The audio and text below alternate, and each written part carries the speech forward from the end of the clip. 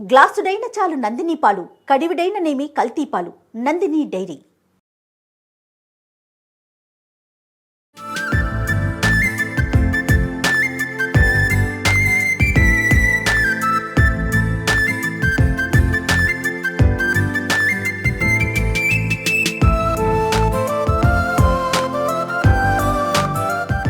రమగారు, సంక్రాంతి పండుగ శుభాకాంక్షలు. సంక్రాంతి పండుగ శుభాకాంక్షలు జయ. సుమన్ టీవీ ప్రేక్షకులందరికీ మకర సంక్రమణ శుభాకాంక్షలు. సంక్రాంతి పండుగ జనవరిలోకి వచ్చాం, పండుగలోకి కూడా వచ్చేసాం. ఎంత స్పీడ్గా చాలా పెద్ద పండుగ మనకి సంక్రాంతి. ఎలా అంటే అంటే మన ఇంట్లో మనమే పూజ చేసుకోవటం కాదు, లేదా మనమే ఏదో వండేసుకొని తినేయటం కాదు. మొత్తం చుట్టాలంతా కూడా చేరి అందరం కలిసికట్టుగా జరుపుకునే పండుగల్లో సంక్రాంతి ఒకటి కదా రమగారు. గొబ్బెమ్మల దగ్గర నుంచి, ఉదయం ముగ్గు వేసే దగ్గర నుంచి అందరం కలిసి సామూహికంగా ఎవరి గుమ్మంలో వాళ్ళు వేసుకుంటాం. అయినా కూడా సామూహికంగా ఒకరితో ఒకరు మాట్లాడుకుంటూ ముందుకు తీసుకెళ్లే ప్రయాణం కదా ఇది. సంక్రాంతి విశిష్టత ఒక్కసారి. ప్రతి నెల ఒక సంక్రమణం వస్తుంది మనకి. అవును, ప్రతి నెల సంక్రాంతి వస్తుంది. ఈ రవి సంక్రాంతులని సాధారణంగా లెక్క పెట్టాం. కాకపోతే పురాతన కాలం నుంచి రైతులకి సంక్రమణాలు లెక్క. ఏ సంక్రమణం అప్పుడు ఏం చేయాలి, ఈ నెలలో విత్తనాలు వేసేటప్పుడు సంక్రమణ విధిని చూసుకునే పద్ధతి ఉండేది ఇది వరకు. ఇప్పుడు అసలు మనం పంచాంగం ప్రకారం విత్తనాలు విత్తటము అవి ఆ విధానం మార్చేసుకున్నారు. కార్తెలు చూస్తాం కదా, రోహిణి కార్తె మనకు తెలిసింది. రోహిణి కార్తె, అవునండి. కార్తెలు చూడటం, ఆరుద్రల్లో గింజలు వేయాలి, ఇలా సిద్ధాంతం ప్రకారం పాతకాలంలో చేసేవాళ్ళు. కాకపోతే ఈ సంక్రమణాలు ఏంటంటే మన పూజా విధానానికి పండుగల కోసం ప్రత్యేకంగా 2 సంక్రమణాలు మనం విశేషంగా చేసుకుంటాం. ఒకటి ధను సంక్రమణం డిసెంబర్ 16వ తారీఖు, రెండోది ఇప్పుడు ఈ మకర సంక్రమణం, ఇది ఇప్పుడు జనవరి 15. అయితే ఈ మకర సంక్రమణం ఏంటంటే ఉత్తరాయణ పుణ్యకాలం మొదలవుతుంది. దేవతల నిద్రాకాలం అయ్యి దేవతల మెలకు కాలం వస్తుంది ఇప్పటి నుంచి. చూడు ఎంత అద్భుతమైన సమయం అంటే ఇది.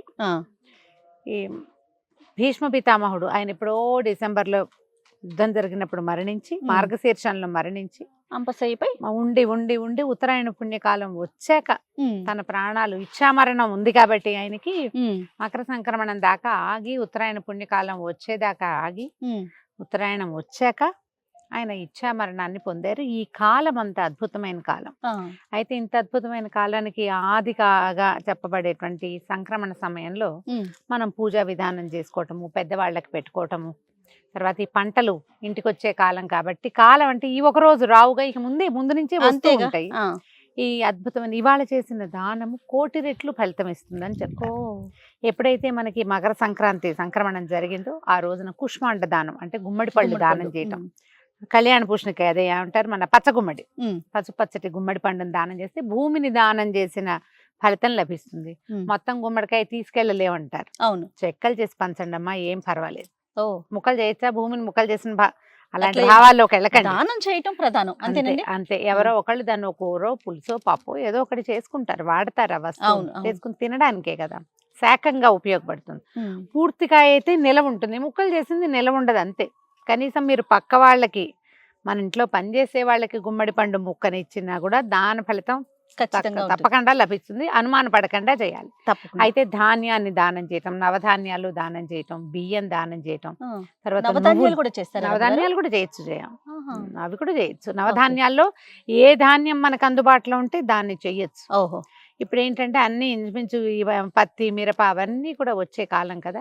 కంబళ్ళు, దుప్పట్ల లాంటివి ఇవ్వటము, తర్వాత పెద్దవాళ్ళకి పెట్టడం అంటే తాత తండ్రుల పేర్లు చెప్పుకొని ఇళ్లలో విధానంగా చక్కగా ఆకులు పరిచి అన్ని రకాల ఆహార పదార్థాలు చేసి ఆకులు నింపి పెద్దవాళ్ళకి చూపించి బట్టలు పెట్టి దాన్ని ఎవరికైనా ఇచ్చే విధానం ప్రాంతాల్లో కనపడుతుంది. తర్పణాలు విడిచే విధానం బ్రాహ్మణులు అంటే జంధ్యం యజ్ఞపూయితం ఉన్న వాళ్ళు తర్పణం విడిచే విధానం. తర్పణం విడవటము మంచిదే. ఒకవేళ ఇంత చేయలేం మనం అంత పెద్దవాళ్ళ పేరుతోటి, అదంతా కుదరదు. కానీ మనకి ఏదైనా చెయ్యాలంటే ఈ రోజున ఎలాంటి దానమైనా మీరు పెద్దవాళ్ళ పేరుతోటి చేసుకోవచ్చు. ఎందుకంటే ప్రధానంగా పెట్టుకోవాలి. అత్యద్భుతమైన కాలం, మంచి సమయం కాబట్టి. కాకపోతే ఈ ఉత్తరాయణం ఎప్పుడైతే వస్తుందో మకర సంక్రమణ నాడు తలంట్లు నిషిద్ధం. సంక్రమణం రోజున తలంటి పోసుకోకూడదు. ఇదే కాదు, నెలలో ప్రతి రవి సంక్రాంతి జరుగుతుంది. ఇంచుమించు 15-16 తారీఖుల్లో క్యాలెండర్ చూడడం అలవాటు చేసుకోవాలి జయ. నేను ఎప్పుడు అది చెప్పాలి, ఎప్పటికప్పుడు చెప్తాను నేను. క్యాలెండర్ చూడండి, క్యాలెండర్ చూస్తే మనకి ఏకాదశి తెలుస్తాయి, సంక్రమణాలు తెలుస్తాయి, ఏ రోజు ఏది విధి అనేది మనకు ఒకటి క్లియర్ పిక్చర్ ఉంటుంది కదా. సంక్రమణం రోజు తలస్నానం చేయకూడదు. చేయకూడదని చెప్తారు ఖచ్చితంగా. అదేలేండి. ఎందుకంటే అది పితరుల కాలంగా చెప్పబడుతుంది. మిగిలిన సంక్రాంతులు ఎట్లా ఉన్నా ఈ ఒక సంక్రాంతికి మనం భోగినాడు తలంటి పోసుకుని ఉంటాం కదా, ఎట్లా అవును అవును. భోగినాడు తలస్నానం చేస్తాం కాబట్టి ఒకవేళ ఏదైనా చేయదలుచుకుంటే ఒట్టి వాటర్ వాష్ తప్పిస్తే నెత్తి మీద నూనె పెట్టుకోవటం లాంటివి చేయకూడదు. అన్ని రకాల దానాలు మంచివే. స్నేహితులను కలుసుకోవటము, ఎవరినైనా మాట్లాడటము, ఎప్పటి నుంచో మాట్లాడడం మానేసిన స్నేహితులను కలిసేందుకు కూడా ఇది మంచి సమయం అని చెప్పండి. ఇది ఇంకా బాగుంది. అవును, ఎప్పటి నుంచో మానేస్తాం, కొంతమందితోటి మాట్లాడడం మానేస్తాం. హ్యాపీ సంక్రాంతి అని సంక్రాంతి పండుగ నాడు విష్ చేయండి, వాళ్ళు మళ్ళీ కలుస్తారు మీతోటి. ఈ సమయం అలాంటిది, చాలా మంచి సమయం కదా. ఏదైనా కొత్త పనులకు శ్రీకారం చుట్టడం. జనరల్గా సంక్రమణాల్లో కొత్త పనులు ఏం చెయ్యం, కానీ ఈ సంక్రమణం రోజున చెయ్యొచ్చు. ఓకే, ఇది మన జీవితాల్లో పెద్ద పండుగ కాబట్టి. పైగా ఏంటంటే ఈ రోజు నుంచి సూర్యుడు ఉత్తరం వైపుకి వాలి ప్రయాణం మొదలు పెడతాడు. దీంతో ఏమవుతుంది, కొంచెం ఎండ, సూర్యుడు తేజస్సు పెరుగుతుంది. అవును, మాఘం వచ్చేస్తుంది, కొంత దగ్గరలోకి వచ్చేసింది కదా. అవును. మాఘమాసానికి ముందే సూర్యుడు మనకి వేడెక్కటం మొదలు పెడతాడు. వాతావరణంలో మార్పులు వస్తాయి. జీవితంలో మార్పు తెచ్చుకునేందుకు కూడా ఇదొక రోజుగా ఆలోచించుకుని మనం పండగని ముందుకు అందుకే తీసుకెళ్ళొచ్చు. కదా రమ్మగారు అంటారు, కష్ట సుఖాలు వస్తే వెళ్ళిపోతాయి. అదే వాతావరణం చూడండి, మనం ఆపగలుగుతామా? ఏం Nature మార్చలేము. ఏమీ దాని పని అది చేసుకుంటూ ఏదో కష్టం వెళ్ళిపోతూనే వచ్చిందని ఉంటుంది. అలాగే దిగులు పడుతూ ఆగిపోతూ ఉంటాం. కూర్చుంటాం. ఆ, మనం కూర్చుంటాం కానీ రోజు కూర్చోదే, అది రోజు కూర్చోద్దు. సూర్యుడు చంద్రుడు కూర్చోరు, వాళ్ళ దారిని వాళ్ళు తిరుగుతూ ఉంటారు. అవును 6 అవును. నెలలు దక్షిణం వైపు ప్రయాణం చేసిన సూర్యుడు ఈ రోజు నుంచి ఉత్తరం వైపుకి ప్రయాణం చేయటం మొదలు తన దిశ పెడతాడు. మార్చుకుంటాడు. పక్కకి వాలడం మొదలు పెడతాడు. ఒకే రోజున వాలడు కానీ మొదలు పెడతాడు. కాబట్టి ఇది దేవతల తాలూకు మెలకువ సమయంగా చెప్తారు. ఓకే, వాళ్ళ హాయిగా మెలకు వస్తుంది. ఇప్పుడు ఇంక నుంచి మన విధానం మారుతుంది అనమాట. మొన్నటి దాకా బోల్డ్ అని పూజలు చేసాం మనం, అవును. ఇక్కడి నుంచి మన విధానం మారుతుంది. అలాగే జీవన విధానాన్ని మార్చుకునేందుకు కూడా ఇదొక ప్రత్యేకమైన రోజుగా తీసుకోవాలి ఎవరైనా కూడా. అంటే మనం పండగకి బొమ్మలు పెట్టుకుంటాము, తర్వాత బొమ్మల పండుగ చేస్తాం, భోగి పళ్ళు పోసుంటారు నిన్నటి రోజున. అవును అవును. ఈ బొమ్మలు పెడతాం కదా, ఈ రోజు దీంట్లో ఏంటంటే మనం గుమ్మడి పళ్ళు, దోస పళ్ళు లాంటివి కూడా బొమ్మల్లో పెట్టచ్చు. దోస పళ్ళు కూడా ఇవ్వచ్చు చేయ, దానంగా రమ్మగారు. దోస పళ్ళు కూడా ఇవ్వచ్చు. దోస పండు కూడా మంచిదే ఇవ్వటం. ఓకే, అవి కూడా ఇవ్వచ్చు. చక్కగా పూజలు చేసుకోవచ్చు, హాయిగా పండగ చేసుకోవటం, అందరినీ పిలవటం, తర్వాత పిండి వంటలు చేయటం. ఈ సంక్రాంతి పండగ అనగానే మనం అరిసెలు చేస్తాం. అరిసెలే ఊళ్ళల్లో కనపడతాయి బాగా. అవును అవును అవును. చక్కగా నిన్నటి దాకా చేయకపోతే ఈ రోజు అరిసెలు చేసుకోవచ్చు. ఈ అరిసె అనే పాకం ఏంటంటే ఆ నిలవ ఉంటుంది. ఆ, మనకి ఇంత నిలవ ఉండే వస్తువు ఇంకొకటి ఉండదు అసలు. అవును అవును. పాకం కూడా మనం నిలవ పెట్టుకోవచ్చు. అవును. అరిసె చేసే కాదు, ఆ, పాకాన్ని అరిసె కూడా పాకాన్ని పెట్టుకోవచ్చు. కూడా నిలవ పెట్టుకోవచ్చు. ఈ అరిసె బియ్య పిండి, నూనె, వాటితోటి బెల్లం తోటి కలిపి చేసే ఈ పదార్థాన్ని పంచుకుని తినటం మంచిది. పండగని హాయిగా సరదాగా నవ్వుతూ ముందుకు తీసుకెళ్ళటమే. మీరు ఎలా చేసుకునేవారు రమ్మగారు చిన్నప్పుడు? బొమ్మలు పెట్టేవాళ్ళం చేయం. ఇంట్లో బొమ్మల కొలువు పెట్టుకునేవారు? బొమ్మలకలు భోగి పండుగ రోజు పొద్దున్నే తెల్లవారేసరికి మేము భోగి మంట దగ్గరికి వెళ్ళామా, వెళ్ళి తిరిగి వచ్చి స్నానాలు చేసేసరికి మా నాన్నగారు, అన్నయ్య నాన్న ఉన్నప్పుడు నాన్న చేసేవారు. తర్వాత అన్నయ్య అన్ని చెక్కలేయటం, ఏర్పాటు చేయటం, చాందనీలు కట్టడం. మేము పైనుంచి బొమ్మలు ముందు రోజు దించేవాళ్ళం. అన్ని శుభ్రంగా దుడటం, బొమ్మలు పెట్టడం, గౌరీదేవిని పెట్టడం. సంక్రాంతి రోజున మేము పేరెంటం పిలుచుకునేవాళ్ళం. ఓకే, ఈ సంక్రాంతి నాడు పేరెంటమే ఎక్కువ విశేషం. ఎందుకంటే సంక్రమణం అప్పుడు మనం ఏం చేయాలంటే ఈ తూర్పాంధ్ర, ఉత్తరాంధ్ర ఆ వైపు వాళ్ళు ఏం చేస్తారు, దారపోసుకోవటం అంటారు. పసుపు, కుంకుమ, ఖర్జూరాలు అవన్నీ పళ్ళెంలో ఇట్లా రాసులు పోసి ఇస్తారు పేరెంట్ వాళ్ళకి. మన వైపు అంత కొంచెం తక్కువ ఉంటుంది. ఇటువైపు ఏం చేస్తామంటే అలా కాదు, ఒట్టిగా పసుపు బొట్టు ఇచ్చి శనగలు అవి తాంబూలం ఇస్తాం. శనగలు, అరటిపళ్ళు, ఇంకేమైనా పళ్ళు గిళ్ళు ఉంటే అవి. ఒకవేళ గుమ్మడి పళ్ళు బాగా విస్తారంగా కాస్తే ఒక్కో సంవత్సరం మాకు తెక్కాసేవి గుమ్మడికాయలు. ఆ గుమ్మడికాయలు కూడా ఇచ్చేవాళ్ళం. కొబ్బరికాయలు ఇచ్చేవాళ్ళం తాంబూలంలో, అది తక్కువ. కొబ్బరికాయలు బాగా, అరటిపళ్ళు అవి ఇచ్చేవాళ్ళము. తర్వాత ఈ పేరెంటం చాలా ఇంపార్టెంట్. చక్కెర పొంగల్ ఒకటి బాగా చేసుకునేవాళ్ళం ఆ రోజు. సంక్రాంతి పండుగ రోజున చక్కెర పొంగలే విశేషం. ఈసారి మనం కూడా స్టూడియోలో చక్కెర పొంగల్ చేద్దామా? ఖచ్చితంగా చేద్దాం. చక్కెర పొంగల్ చేసుకోవటం విశేషంగా కనపడుతుంది. భోగినాడే ఇంచుమించుగా మనకు గోదా కళ్యాణం జరిగిపోతుంది. అవును, సంక్రాంతి పండగ మన ఇంట్లోనే తాతగారు వాళ్ళు ఉన్నప్పుడు తర్పణాలు విడవటం కూడా ఉండేది. ఇది వరకట బాగా చిన్నతనంలో, అంటే నా చిన్నప్పుడు కాదనుకుంటున్నాను నేను, నాకు ఊహ తెలిసాక నేను చూడలా. ఇంచుమించు పెద్దవాళ్ళకి పెట్టేవంటే తద్దినపు భోజనం రోజున తిథి నాడు ఎలా వండుతారో అలాగే వండేవాళ్ళట పాతకాలంలో. తర్వాత ఈ పండగని చక్కెర పొంగళ్ళు చేసుకోవటం, అల్లుళ్ళు రావటం, వాటితోటి అది పద్ధతి మార్చుకున్నాం. కానీ పూర్వము ఈ రోజున ఏంటంటే ఇది విశేషమైన సంక్రమణం కదా, అందుకని తర్పణాలు విడిచి పెద్దవాళ్ళకి పెట్టే భోజనాలు 4 కూరలు, 4 పచ్చళ్ళు అట్లా చేసేవాళ్ళు. పెసరపప్పు వండటము ఆ విధానం కనపడేదట మొదటి కాలంలో. ఇటీవల నాకు తెలిసి ఒక 30-40 సంవత్సరాలుగా మనం చక్కెర పొంగల్ చేసుకోవటము అవే తెలుసు నాకు. అవును. కొన్ని కొన్ని ప్రాంతాచారాలు ఉంటాయి కదా, ఒక్కొక్క అంతే. ఊళ్ళల్లో ఒకటి ఉంటుంది. పెద్దవాళ్ళకి పెట్టే ఆచారం ఉంటే కనుక వాళ్ళ కోసం ఏమి వండాలో అవే వండుతాం. ఇప్పుడు మా ఇళ్లలో అయితే ఇవి, ఆ. కొన్ని చోట్ల గారెలు, బూర్లు, పప్పలు వండుతారు, అన్ని అవును, రకాలు. అవును, అవును. విధానాన్ని బట్టి మన ప్రాంతీయమైన ఆచారం ఏది ఉంటే దాన్ని పాటించాలి. ఆ, మనం ఆ. యూట్యూబ్ లో చూసో లేకపోతే టీవీలో చూసో ఆ, వాటిని ఎవరైనా ఇతరుల ఆచారాలు కాకుండా ఆ.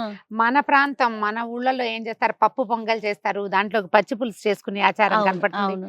మనం ఏం చేస్తామో, మన ఇళ్ళలో ఏం చేస్తారు, మన ప్రాంతాల్లో ఏం చేస్తారో దానిని తప్పక పాటించి పండగని ముందుకు తీసుకెళ్ళండి. సంస్కృతి సాంప్రదాయాలు మనం చేసే విధానంతోటే, అవును. అలవాటుగా చేసే దాంతోటే ముందుకెళ్తాయి. ఇప్పుడు మన తాతలు నాన్నలు చేశారు, మనం నేర్చుకున్నాం, ఉమ్, మనం చేస్తే మన పిల్లలు నేర్చుకుంటారు. ఖచ్చితంగా. అలా వాళ్ళు పండగని ముందుకు ఇంట్లో తీసుకెళ్తారు. పూజా విధానం ఏమన్నా ఉంటుందా రమ్య గారు? మామూలుగా మనం ప్రతిరోజు చేసుకునే విధానమే ఫాలో అవుతాం, అంతే ఎవరిళ్ళలో కదండి? వాళ్ళదే చేయ, అవును. ఏ విధానం ప్రత్యేక విధానం అయితే ఏమి ఉండదు, ఏం అవును. లేదు. ఇప్పుడు బొమ్మలు పెట్టుకున్న చోట అయితే గౌరీ పూజా విధానం కనపడుతుంది. ఆ, బొమ్మలు పెట్టిన చోట, ఒకవేళ బొమ్మలు పెట్టలేదు అనుకోండి, ఆ, మామూలు పూజా విధానమే. మనం ఏ చక్కెర పొంగల్ చేసామో అది నివేదన చేసుకోవటం, అంతే. చుట్టుపక్కల వాళ్ళకి పంచి పెట్టుకోవటం. ఈ పంచటం విధానాన్ని మన పద్ధతిని బట్టి ఆ, అవతల వాళ్ళు ఒప్పుకోవాలి, అది కూడా ఆహా. కదా. అయితే ఈ సంక్రమణ రోజున నువ్వులతో చేసిన పదార్థాలు కూడా మనం పంచుకుంటే బాగుంటుంది. ఈజీ మెథడ్ ఏంటంటే, నువ్వుల దానం అంటే ఎవరికి ఇస్తాను చేయ, సులువు కాదు అది. అవును. అందుకని మనం ఏం నువ్వుండ. చేస్తాం, చక్కగా నువ్వులు ఉండలు చేసేసి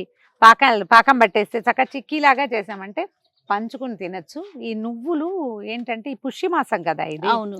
మార్గశీర్ష పుష్యమే. మార్గశీరంలో సగంలో మార్గళి మొదలైంది, అవును, దాని చివరికి ఇది వచ్చింది, పుష్యం ఆల్రెడీ వచ్చేస్తుంది. అవును. ఈ పుష్యమాసానికి అధిపతి శని. ఆహా.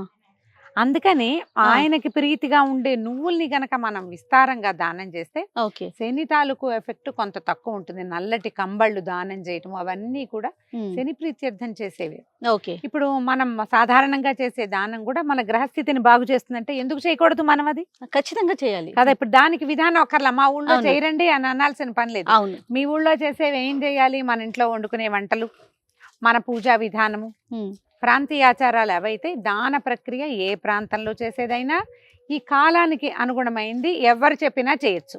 ఖచ్చితంగా. అందులో భాగం ఏంటంటే ఈ నువ్వులు దానం చేయటము, కంబళ్ళు దుప్పట్లు దానం చేయటము, ఉమ్, తర్వాత ఏమో కూష్మాండ దానం, గుమ్మడి పళ్ళ లాంటివి దానం చేయటం, పళ్ళు ఎవరికైనా ఫ్రూట్స్ అవి పళ్ళు అవి ఇవ్వటము, ఆహార ధాన్యాలు ఇవ్వటము.